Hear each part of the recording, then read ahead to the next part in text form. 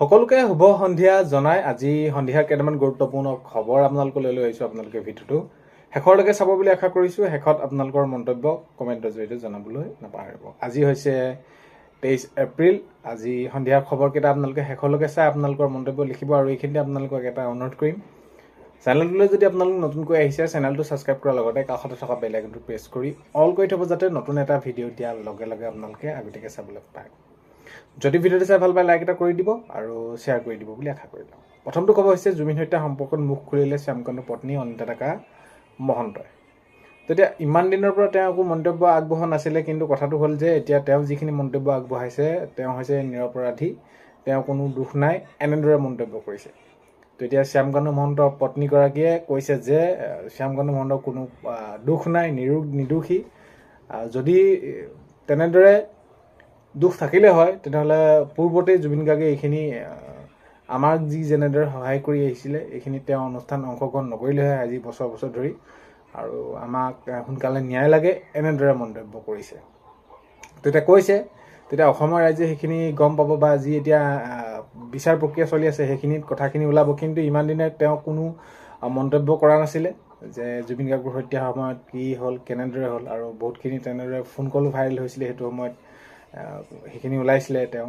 তো ইয়াক লৈ এতিয়া বিভিন্নজনে বিভিন্নভাৱে মন্তব্য আগবঢ়াইছে। তেওঁ কিন্তু এইটো কৈছে যে শ্যামকান্ত মহন্ত কোনো দোষী নহয়, আৰু যদি তেওঁক মৰাৰ কোনো সেইখিনি কল্পনা কৰিবই নোৱাৰে এইখিনি, আৰু এনেকুৱা ধৰণৰ মন্তব্য কিছুমান আগবঢ়োৱা দেখা গৈছে, আৰু আমাকো ন্যায় লাগে এনেদৰে মন্তব্য কৰিছে। এতিয়া ফাৰ্ষ্ট ট্ৰেক আদালতৰ শুনানি চলি আছে, আগন্তুক সময়ত গম পোৱা যাব। আমিতো সকলোৱে বিচাৰি আছোঁ প্ৰকৃততে সেই দিনটোত উক্ত দিনটোত কি হৈছিলে, কেনেকৈ হ'বলৈ পালে, দোষীয়ে শাস্তি পাব লাগে, আমি সকলোৱে বিচাৰি আছোঁ। আৰু তেওঁলোকৰ ফালৰ পৰা এনেদৰে মন্তব্য কৰা দেখা গ'ল।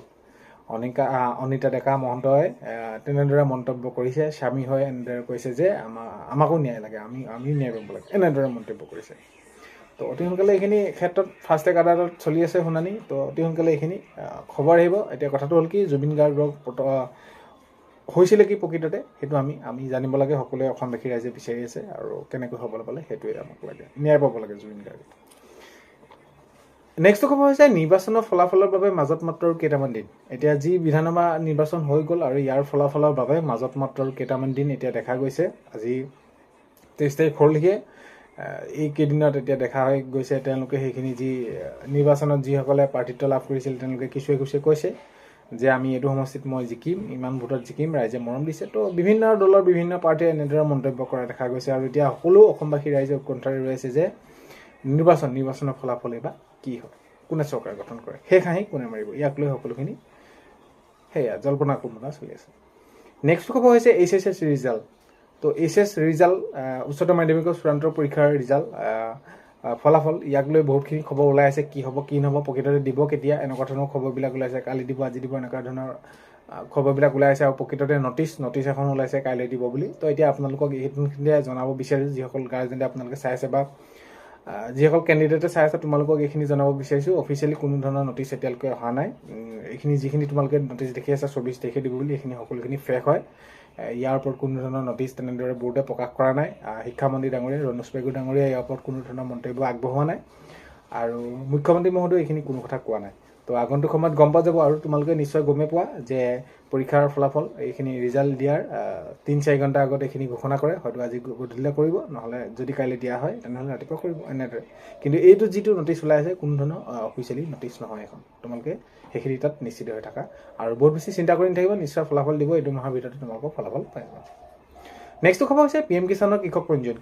PM কিষাণৰ কৃষক পঞ্জীয়নৰ খবৰ, বা PM কিষাণলৈ বহুতভাগে খবৰ ওলাই আছে যে কৃষকসকলে এইটো কাম কৰিব লাগিব, এইটো কাম নকৰিলে তেওঁলোকে নাপায়, ইত্যাদি এনেকুৱা ধৰণৰ কিছুমান খবৰ ওলাই আছে।